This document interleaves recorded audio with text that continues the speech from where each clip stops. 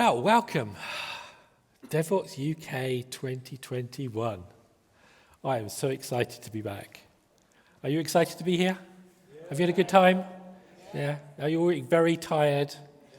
Yeah. I was thinking, what was the last time you got to sit down for 50 minutes and watch somebody talk? I was thinking, such a long time ago. You know, we all do virtual stuff, so doing physical stuff is physical. Yeah. So I'm going to talk to you about this subject, ransomware. It says Java in the title. There's a tiny bit at the end because it's almost irrelevant. And I'm going to really skim. We're going to wander through stuff. I'm going to try and leave good time at the end for questions because I think it's a subject that we should be talking about. So I work for this company called Sonatype. And they do Nexus and Maven Central. So if you download Java's dependencies, it comes from Maven Central. And I'm working here because they care about security and I care about security, and I wanted to have the opportunity to talk more about Java and security. And having said all that, this is hardly anything to do with Java, but it's so important to you to understand the really basic stuff about what's going on and why it's a challenge. Okay? So let's start with the most important thing. Okay. Oops. Ransomware is a crime. We sometimes gloss over that cyber attacks are a crime, right? In all the ways that go on, this is the worst one. Ransomware is about stealing stuff. Going to steal your data and going to charge it and going to ask you to pay for it to get back. It's going to blackmail. What that means is, we got your data. We found out something about you. If you don't pay us, we're going to share it, etc., etc. Revenge. Instances of people basically doing ransomware, not necessarily because they want to get the money, but because of the consequences of being attacked. And as you'll see, it's really easy to do that. And murder. Well, actually, manslaughter probably. We have one or two instances where maybe the death of somebody was deliberate, but it's not really easy to prove or even to target. But ransomware has definitely contributed to the deaths of human beings. So I'm going to go through this very lightly. I'm not going to talk about use cases and examples. There are one or two things we might touch on. But I want to talk you through the process. So since it's a crime, we'll talk about the crime scene, and then we'll go through the basics of motive, means, opportunity, and then we'll talk about consequences, because you have to understand what it means when you've been a victim of this crime and what it means to you. And then we'll take some questions. So let's start with the crime scene, of course. So you come into work, and things aren't what you would expect. Okay. The first one is, things don't behave the way that you've thought. Right? Your users can't open files, which is quite common. You get messages like this, nothing spectacular. And then maybe your systems don't start. And you look in the logs, and you see little innocuous messages. Can't start something, users complain because they can't log in, just things like that. So you get in and you have a look, and what do you do as a developer? You go, Alice does something, what's going on in this system? And suddenly you find files with unusual suffixes. These are just a few of them. Okay, I picked out the ones that, I like the one in the corner. I think that's really cool. The asterisk, of course, is not actually in the name. As we all know, you can't do that, right? But lots and lots of files turn up on your system with things that you didn't see before. And there's a nice little website. You can go find loads of them. What do? Right? Well, the chances are something else will have happened. You might have tried to sign into your system and got something like this. So this is the WannaCry one from a few years ago, but it's just a great example because it tells you everything. Hey, you've been hacked. In fact, and this is the important thing to realize, is this isn't you've been hacked, you are being hacked right now. Don't think that this is a process where they get into your system and then wander off. Of course not. They're into your systems. They're live. Right? And so anyway, you get some threats and messages about what you've got to do. Right? And it might be that you can't sign in, or maybe you can sign in, but there's a file somewhere. And it'll have some README, like README, you have been hacked. I mean, pretty explicit. Right? But they expect you to find it. All your files are currently encrypted by some ransomware. And we'll talk about those in a minute. What else can you tell you? It tells you all sorts of things about what you should do. You need to contact us, so you need to get onto the Tor system because obviously you need to talk to these guys. And then it will give you some spiel about what happens if you don't do this or if you go to the police and all these sorts of things. It's obviously, just like any sort of ransomware, you can imagine. You've also films where people get kidnapped and there's some ransom. It's the same thing. Do this, follow these instructions, or else. Right? And there's usually then some reference to some location or whatever. Right? It all means you're a victim of a ransom attack. And you get nice little personal emails or letters to you telling you what's going on.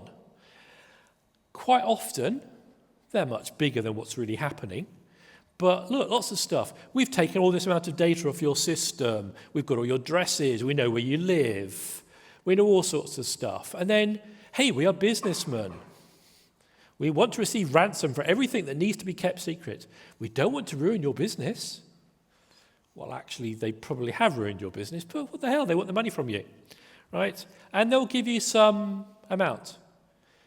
Typically, it's not particularly large because the idea is that you're looking at the cost of paying this off versus the cost of not, right? And the chances are they have really trashed your systems. So even if you think you can recover, you probably can't. But they don't care. They want you to look at it and go, it's $20,000 or it's $2 million or it's whatever it is. And you as a developer or an IT guy are going, well, I've been hacked. What do I do? What do you normally do if you've been hacked? Well, actually, you panic. And probably you might just turn off your network, which might be the best thing you can do to prevent people getting in. But you may go look and see, can I recover from my backups? And then you discover that this has been going on for some time, and maybe your backups are corrupted too. When was the last time you did a recovery from some backup system? When was the last time you looked at all the source code that you built from to see who changed it? Because as we'll see, the way this happens gets quite sophisticated. Anyway, this is what happens. You know now that you've been attacked and you have some choices to make. Okay? And the choice comes down to you've got to pay or not. And somewhere in there will be a link to a cryptocurrency wallet because as you've probably gathered, this is all so much easier for people now that we have almost anonymous bitcoins and cryptocurrency. Before that, ransomware was pretty low because it was almost impossible to pay somebody without being traced. Okay? But anyway, there's a link, a crypto wallet, and some amounts, and you pay or don't pay. So, okay, that's your choice. Now let's just roll back and think about how this all began. So, actually, most of this, but not all, starts with phishing. You know, emails come in and you download software. And I'll talk about other ways, but that's the first thing. And mostly, you get an email and you have an attachment, you download the attachment looks lovely, but it's got some nasties involved. What happens is that thing that you've installed is itself just a launcher, because these things are well organized. And what that launcher is going to do is, based on some previous criteria about why you're being attacked, we'll go off and pull down some more stuff. So one of the first places that you can see ransomware attacking you, which you're probably not going to notice, is the fact that there's some outbound traffic from your systems that wasn't expected to be there. Now, as you can imagine, most of this is happening on the client, on your Windows desktop, right? Mac suffers from it as well, but Windows is the prevalent one because it's easiest, and it's all about easy. Right, so this gets you all this malware installed, and this malware can then do all sorts of interesting things, because believe me, the guys creating this stuff are really smart. They're developers, just like us, okay? And they're well-funded, and they put a lot of effort into getting into your systems. So yes, it starts on your Windows system, and it may not be anything to do with you as a developer. It could be somebody somewhere else, somebody in your payroll system, install some software, badunk. They've now got a gateway into your network, and they can then get at your systems. Okay? So let's talk about the phishing. So the thing is, well, let's talk about it. Let's talk about phishing. We're used to getting silly emails, right? You know what it's like. You get these ones, don't you? And look at it, and it tells you things, and you spot it's a scam because it's silly, right? Some guy in Nigeria wants some money. You've got this credit card, and it's worth loads of money. Just send us some, and we'll give it back to you. We're all used to these, and we laugh at these ones, right? You get loads of them. And quite often, and I love this one, I keep this around because it's wonderful. This one says, somewhere in here, your fund, which is to the tune of $16 million, due to past corrupt government officials who almost held the funds to themselves for their selfish reasons. And I love that, right? So you know what it's like. You get these things all the time, don't you? However, what happens if somebody in your organization gets something like this? Could be a text, right? Could be an email thing, right? But it's more in context. And especially if your boss is somebody you're frightened of. Okay? So somebody tells you to do something and you're more frightened of not doing it than doing it. It looks legitimate, you do it. Okay? Or how about a situation where something very, very legitimately looking comes through? So what happens is that the ransomware guys, they're not just developers, they're business experts. Somewhere in there will be somebody who understands how your business works. What works for you, how does it work, what the processes are, how people are going to react. Okay? So this is a real example of a situation where this waybill was sent and it had to be dealt with. And the people getting in, it looked completely legitimate, they were very busy, and so they did it, and it installed malware. The point is that the phishing emails that you receive, the ones we laugh at, they're not designed for you. They're designed for the stupid, selfish people.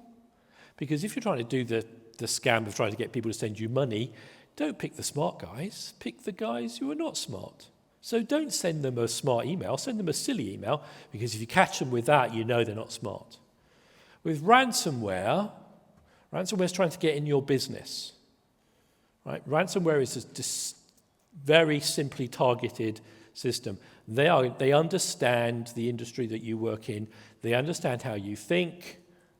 They are going to do what they can to get into your systems. Okay? So there are many types of ransomware attack that are designed for your industry. Right? And you can see, so currently government, well, actually some people say healthcare is the top because it changes. They're targeting people who will pay.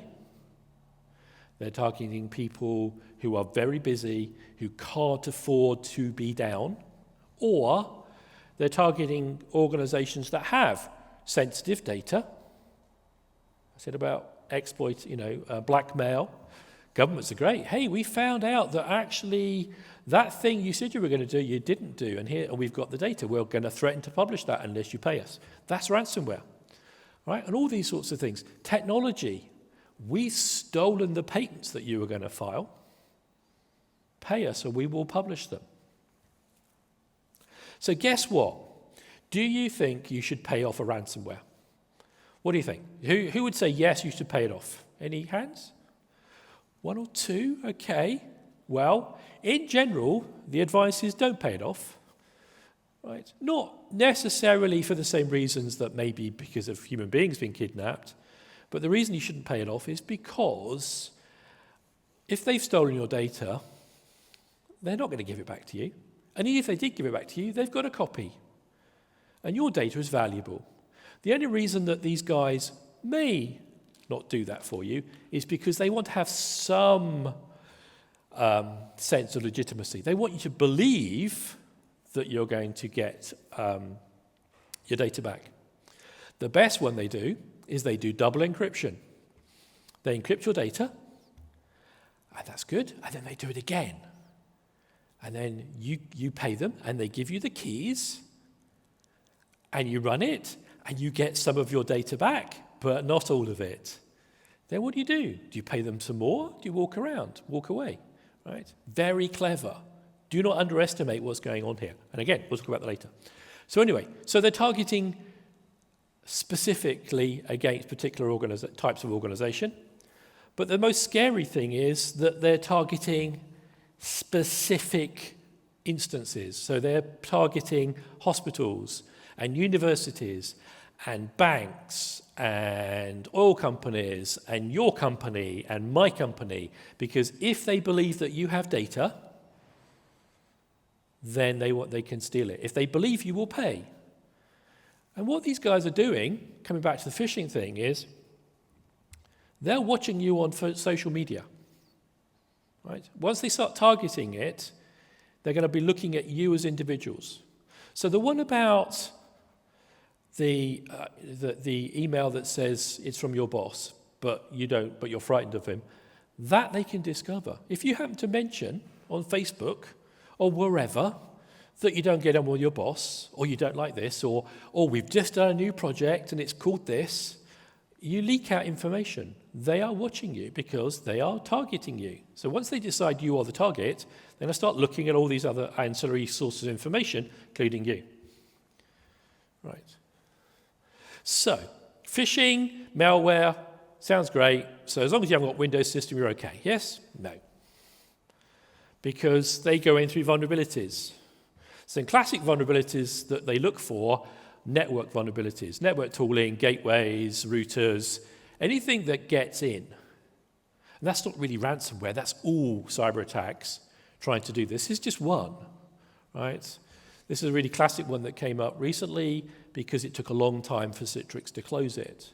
And anybody who had the product at a certain version, basically anybody externally who knew what to do could get into your system and run anything because it's a payload system. And then there's something even more scary. This talk doesn't have a happy ending, by the way, right? You're going to walk out here going, I wish I hadn't listened to this, right? It gets worse, it really does get worse. What's the best way to deliver malware? Well, you can do it by phishing, but you have to go through this process of getting people to accept it. But if you can attack supply chain software, and that means the software that you use to create other software, or the software you use to deliver something. So who's a Linux programmer? Who's done apt-get update? Yes? Yes. So how would you feel if the web server that you were going to, the repository you're going to, had been hacked, and that these guys have got some malware into it? Because Linux is just as vulnerable, though it's in a harder sort of way. So these guys are looking for opportunities to get into your supply chain because it means they can reach more people and you're not going to check. because you're going to trust those guys. Okay. But at the end of the day, they want to do this thing, remote code execution. That's what it's all about. I want to get onto your desktop, onto your server, whatever, and I want to be able to run something. And if I can run it, so I can do the moral equivalent, I have an API that gives me access, then I'm in. And once I'm into that system, I've probably got access control as well, then there's lots of things I can do. Because as we know, once we get into your system, it's pretty soft on the inside. You might have some nice firewalls, but actually you're all not that very good on the inside of keeping things safe. So once it's in, well, it needs some keys.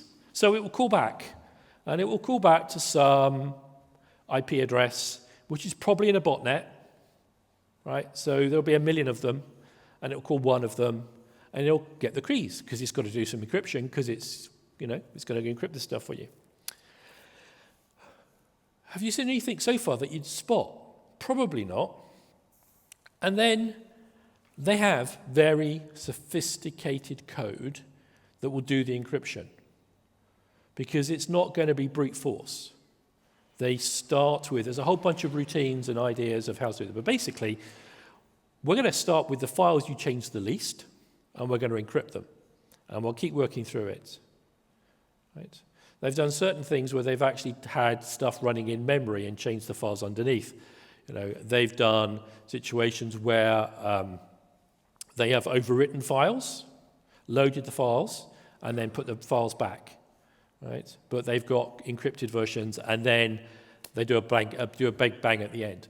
But basically, they're doing it slowly, because they're stealing your data as well, aren't they? Because the same time as they're doing this, they're taking your data out of your system. Now, in theory, from a ransomware point of view, they don't actually have to steal your data, they just need to encrypt it. But it's usually too tempting, because they're usually in your system for weeks before this happens, or days at least, stealing your data. And they're sending it down in ways that you wouldn't expect. What's really clever is they look at payloads that you already use. They compromise payloads, or they do simple things like they get into your web server, and requests are made to your web server, and part of the return now contains some packet of data. This is how clever it is, right? Right. So that's how scary the process is. It's all about stealing your data. It's about encrypting your data, and then asking you for money. So why do they do this? Well, let's do the motive bit, right? Who can guess what the top motive might be? Well, there are lots of reasons for doing it. So data kidnapping. Basically, I'm going to steal your data, right? Depending on whether you've got backups or not, I might not even ransom it in terms of encrypting it. I may just take it off your system. Right? Blackmail. We talked about that. You have data that you don't want the world to see, or some other company not to see. Revenge is a really good one. It doesn't happen very often, but there are instances of revenge. And we'll talk about how easy that is in a sec, right? Competitor actions, yes, why not? If it's really easy to do, why not use the technology to bring down my competitor? But do it as a ransomware attack, so it doesn't look like it's just a denial of service attack, it actually looks like a ransomware attack, so it's a bad guy doing it, not us. That happens too.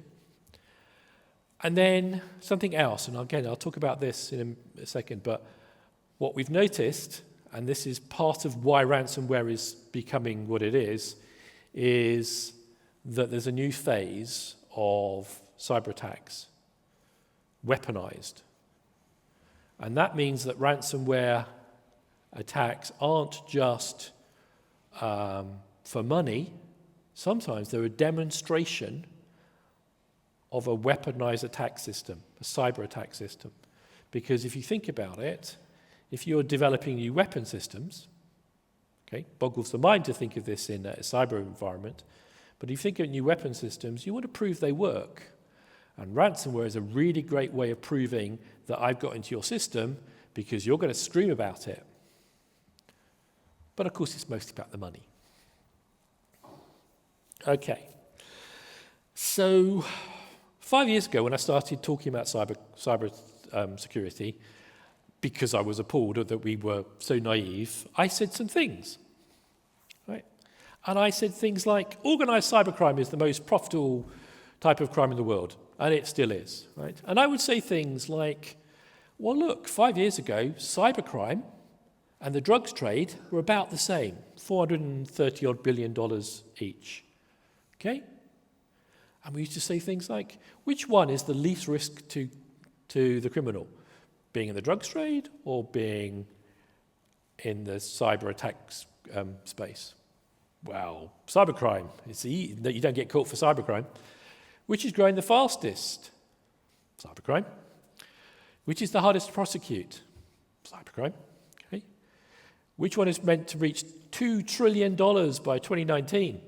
Cybercrime. And which one is predicted to reach $6 trillion by now? Cybercrime. Look, this is how scary this is. This green line is the drug trade, and it bombs around about $450 billion. And it's been doing that because it's controllable and it's physical. We have police forces, governments. It's manageable. It's still a huge amount of money, but in the scheme of things, it's not that big. The cybercrime one, the red one, crossed over about 2015, 2016, and has never looked back. So by 2021, $6 trillion. The whole of cybercrime. That's how much they thought it was worth. That was the prediction. Okay, so what is the value? What is the motivation for doing this? Well, it turns out that we were right about the $6 trillion, but we were wrong about it being that low. $6 trillion is what they reckon ransomware alone is worth to the bad guys. Let alone all the consequences to us of being a victim. $6 trillion. One of the numbers floating around at the moment about how big the cyber crime space is $35 trillion. Can you imagine that? $35 trillion is about $5,000 each, every one of us, right? And of course, the thing is that you don't pay for it, but everybody who gets hacked, all the ransomware that is paid for, all the downtime and all these systems, that costs somebody, and that money reflects back into us. Your insurance premiums go up, bank rates go up, because somebody has to cater for it. Bear that in mind. That's how big this is. Right. I think I've said that, yes. Right. So I said, weaponized, I need to talk about this. It's not just about the money. It really isn't. The money is important, but this is what's actually happening. The reason that ransomware is so prevalent is A, it's easy to do, but B, it is state-funded. Because the vehicles that ransomware uses are the weapons of the future in terms of bringing down systems. Okay? So what are they trying to do? They are trying to position themselves, when I say they, I mean everybody, is trying to position themselves to get into the systems, the supply chains. It doesn't matter who you work for, you're part of a supply chain. And you've probably seen stories of oil companies being disrupted. I'm sure you've seen stories about in malware where hospitals are brought down. It's all ransomware, but it's because that's the mechanics of doing it. And as I said, the ransomware thing is a process to allow us to know that it worked. But they want to get into all of your systems, right?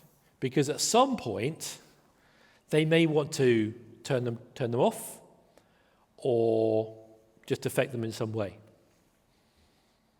So think about this. Ransomware on the top of this is about making money, but actually it's also about weaponizing and proving these technologies of attack. Okay?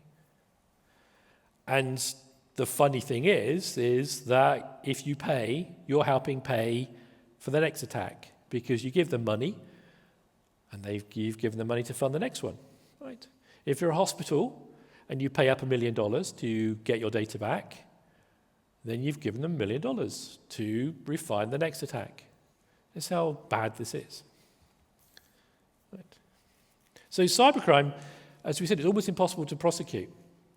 And for a bit, the consideration was that the anonymous Bitcoin, anonymous cryptocurrency approach meant that you could not be tracked. But it turns out that actually there are enough forensic information for people to actually start going out there. Now, there aren't that many groups out doing this. There's like top 10 ransomware systems, and there's a few hundred of these bad guys out doing it, right? And you see the names, they'll come up and they disappear. They get shut down occasionally because they get tracked by the police because they weren't good enough at hiding their tracks in terms of like Bitcoin. But mostly they get away with it. And if they do disappear, they shut down, they dissolve, they go join another group. Because many of these are state-funded. Right. So the means, the ability of the defendant to commit the crime. How? Right. So, in this world of cloud, we have a thing called ransomware as a service. It is trivially easy for you to buy these services if you know where to go. Look, these are the top 10, right? These are ransomware as a service, right? You can go along and buy them. You can see, and you'll see these names. If you want to Google for these names, you will find Reveal and Conti and Dockside and things like that. They're out being used. They are services that you can buy. Right. So whatever the motive, it is trivially easy to buy an attack. Look, they sell it to you. You can have a monthly subscription. Buy a service from us and just say who your target's going to be. You don't have to provide much. IP addresses, ransom note, Bitcoin wallet. That's all you need to give these guys. And some way for them to pay. So it may be monthly subscriptions. So cryptocurrency, one-time fees, pay them one-off. Or the best one is the guys running these services take a percentage, some tiny percentage. Cloud services, it's all, percentage-based. It's what they're doing, and they're now moving towards this supply chain stuff. I talked to you about trying to find new ways in. So the ransomware as a service initially was very much bot-based. Lots and lots of bots and malware and phishing, the traditional stuff of getting in. But now, as I said, they're now moving up the chain and finding ways to get into your system. Right? Which is why, in the last year or two, the number of supply chain attacks has gone up through the roof. Right? Because we've reached this tipping point. It's become more obvious that the state actors are involved, and as I said, it's about proving these things work, but it's also about getting into the position of taking your systems down, if necessary, at some point in the future. Right? So it's a scary place.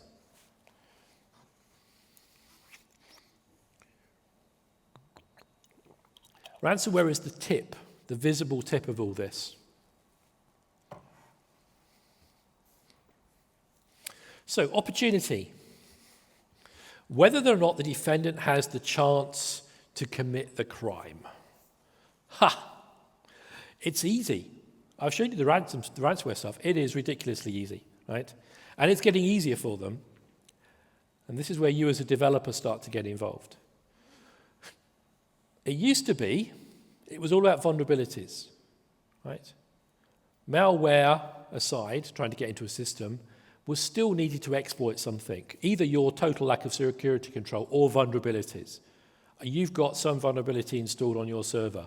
So I can get into your network via the malware, and then I can go via some vulnerability to get into some part of your system. That's how it works. So they're always looking for vulnerabilities. And we're always telling you to make sure that your vulnerabilities are fixed as soon as possible, which is good, which you need to do. However, now they're making their own vulnerabilities because they're moving up the chain. So typo squatting as simple things. When you put into your Maven repo, into your Maven POM, the name of a package that you want to use, you might spell it incorrectly, but you may actually still get a hit. And you may not notice, because these guys are sitting, they've put up on, I don't know, Maven Central or NPM or wherever, these typo squatting packages which have almost the same name. You've seen it, I'm sure. You've typed on URL on a browser and not got the website that you're expecting because you got 2 letters around the wrong way or something. Well, they're doing that for packages, and that package has got malware in it, right? Open source repo attacks. Again, going to the open source that you consume and inserting malware into the source code on the GitHub repo by confusing the developers who, or maybe taking over an existing project and being a good guy for a few weeks and then starting to add malware in. You think of all the packages that you use, right? Build tools attacks, that's your CI/CD system. Right, now this is still pretty rare, but it's starting to turn up. What compilers do you use? Java, maybe C code, I know, Go, stuff like that. Those tools are built. Though people are trying to get into the tools, the delivery systems, the Jenkins, they are trying to get into the build tool system because they tend to be less protected. And then dependency confusion. Well, that's just exploiting a whole bunch of things to do with the fact that quite often we'll put the next version and we'll put latest, right? And it turns out that some repo systems, latest doesn't necessarily get what you think, right? So they make use of these things. My point is they're going up the chain to find out, to get to the software and the tools that you use to get their malware into your system, right? So that means this, look, different way. There's your application that you've built, and you're using open source. So 90% of your product is open source. It's like everybody uses open source. Why not? Right. So used to be that they'd look for vulnerabilities in that open source. They would scan, right? Lots of effort to find existing holes, right? But now they're adding their own vulnerabilities by looking in all the places around your software. They're looking at the tools generators, they're looking at the compilers, they're looking at the runtimes, they're looking at the platforms. They're trying to figure out where you're not paying attention and getting in there to add the malware that facilitates the ransomware. Okay? Right.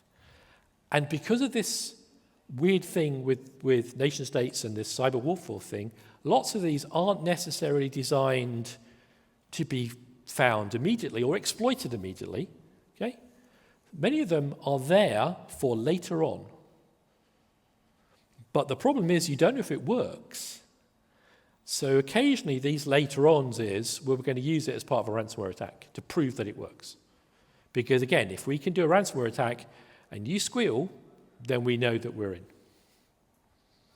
Okay, so there's some horrible consequences to this because ransomware starts off, you go, okay, it's just about money, and we'll pay, or we won't pay, okay? But there are a lot more consequences because of the prevalence of this. People are really dying. This particular patient died because the hospital that he was going to got hit by a malware attack. So they couldn't take the patients. And the patient had to go somewhere else, which took longer, and they died. There's unfortunately quite a few instances of that. So as I said, ransomware is this crime. It's not about the money, but it's also the consequence of you being out of action because your system is broke. It might be a week, it might be 10 days, it might be a month, it might be never, because you don't know, right? Sending patients to other hospitals, rerouting things. I mean, it might be trivial, right? It might mean that, I know, you didn't get to do a delivery or something, but you can imagine there's lots of knock-on consequences. And it's going to cost you a lot to get back because you don't know what state your system's in. You don't know whether you've got the data. Even if you do get your data decrypted, do you know it's your data? Anyway, it's a very personal crime. Of all the types of cyber attack that's out there, this is very personal. People who are part of this, right, feel guilty. I let them in. They did these bad things. It's very much the same as being burgled. It's that feeling of invasion. And people feel very powerless about it because somebody came in and stole your stuff and trashed your system. So it has lots of personal consequences, right? And you as a company are now sitting there, you don't know what to do with it. How do I defend against this? Right? And there's no easy answers to how to defend against this because it's the same mechanisms for all of these cyber attacks. It's all about vulnerabilities and getting into your systems. It's all about the fact that we have human beings out there who are setting themselves up to get into your systems. You now have active adversaries, which we never used to have. Right? And as I said, ransomware isn't necessarily what you think it is. It's not only about stealing your data.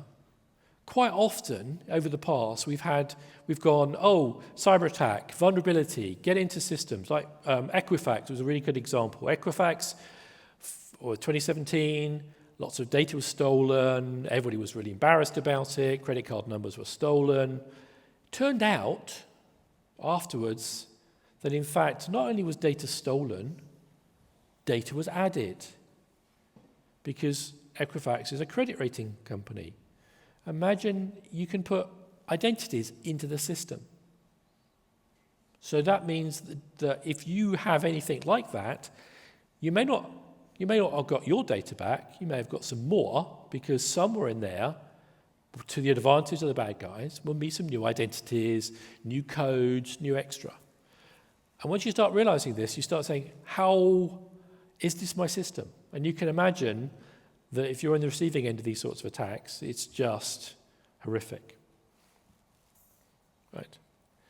And it's everywhere. Java ransomware, I said, there's a very little tiny piece of Java in this because there are some Java-based ransomware to do with a couple of vulnerabilities. And I'll let you go look those up. They're not that big. So I want you to understand what ransomware is about. Right? I mean, we could give you all sorts of examples about ransomware and how it affected people, but it's still fundamentally the same. There's a bunch of obvious reasons for doing it. It's very easy to do. We have all this ransomware as a service services out there, which can easily be pointed at your systems.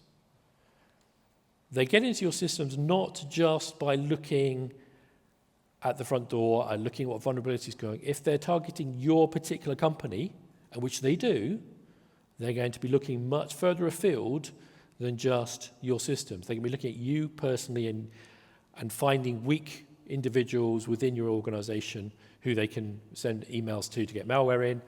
Or, of course, you might be using some delivery system that's in the supply chain that's been compromised. It's really scary. And I'd love to offer you some good news. Right? There's some things happening in this space to make it a little bit easier, and you'll see more of that turn up.